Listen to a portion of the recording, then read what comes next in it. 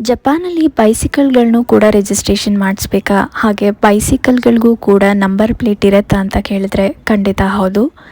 ಇಲ್ಲಿ ಚಿಕ್ಕ ಮಕ್ಕಳ ಸೈಕಲಿಂದ ಹಿಡಿದು ದೊಡ್ಡವ್ರ ಸೈಕಲ್‌ವರೆಗೂ ರಿಜಿಸ್ಟ್ರೇಷನ್ನ ಮಾಡಿಸಿ ನಂಬರ್ ಸ್ಟಿಕ್ಕರ್ಸ್‌ಗಳನ್ನ ಹಾಕೋಬೇಕಾಗತ್ತೆ. ಈ ಸೈಕಲ್‌ಗಳ ಮೇಲೆ ಯೆಲ್ಲೋ ನಂಬರ್ ಸ್ಟಿಕ್ಕರ್ಸ್ ಏನು ನೋಡ್ತಾ ಇದ್ದೀರಾ, ಇದು ರಿಜಿಸ್ಟರ್ಡ್ ನಂಬರ್ ಸ್ಟಿಕ್ಕರ್ಸ್ ಆಗಿರುತ್ತೆ. ನಾವು ಯಾವ ಅಂಗಡಿಯಲ್ಲಿ ಸೈಕಲ್ಗಳನ್ನ ಖರೀದಿ ಮಾಡ್ತೀವೋ ಅಲ್ಲೇ ನಿಮಗೆ ರಿಜಿಸ್ಟ್ರೇಷನ್ನ ಮಾಡಿಕೊಡ್ಲಾಗತ್ತೆ.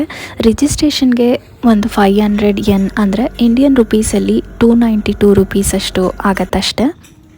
ಈ ಸೈಕಲ್ ರಿಜಿಸ್ಟ್ರೇಷನ್ ಹಾಗೂ ನಂಬರ್ ಪ್ಲೇಟ್ನ ಒಂದು ಮುಖ್ಯವಾದ ರೀಸನ್ ಅಂದರೆ ಇದರಿಂದ ಸೈಕಲ್ ಕಳ್ಳತನ ಆಗೋದನ್ನು ತಡೆಯಬಹುದು.